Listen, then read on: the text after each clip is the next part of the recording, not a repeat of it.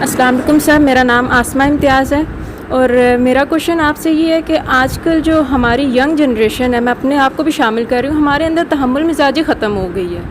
ہم اتنا سننا پسند نہیں کرتے، ہم بہت زیادہ جذباتی ہو جاتے ہیں. تو اس کو کیسے اوائڈ کیا جا سکتا ہے؟ جی وعلیکم السلام مائی ڈیئر آسمہ امتیاز. بیٹا جی بڑا ہی اہم سوال اٹھایا ہے.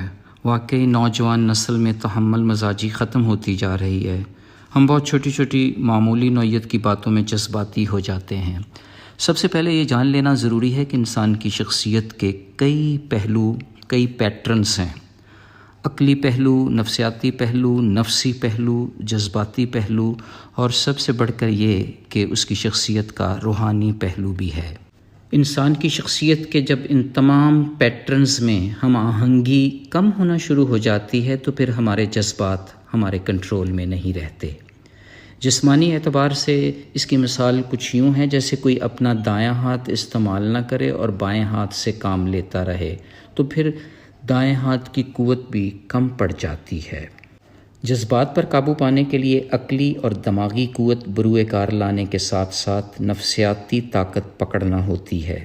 نفس پر مکمل کنٹرول رکھنا پڑتا ہے، جو صرف اسی صورت ممکن ہے کہ اگر ہم اپنی روح کو تر و تازہ رکھیں، روحانی پہلو کو ایسے ہی فنکشنل رکھیں جیسے جذباتی پہلو کو رکھتے ہیں.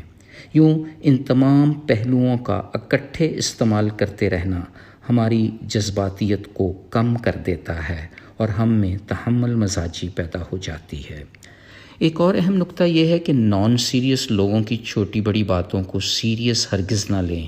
یاد رکھیں کہ ایسے لوگوں کی باتوں کو اہمیت دے کر، یعنی جذباتی ہو کر، آپ ان کا نہیں بلکہ اپنا نقصان کر رہے ہوتے ہیں.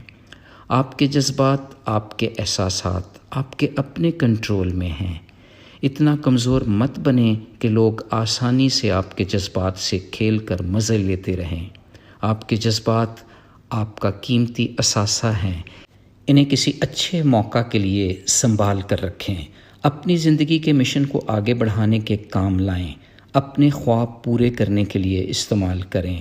اپنے آپ کو ہمیشہ یہ یقین دلاتے رہیں کہ آپ کی تحمل مزاجی آپ کو زندگی کے ہر موڑ پر سرخرو کرے گی. اللہ حافظ.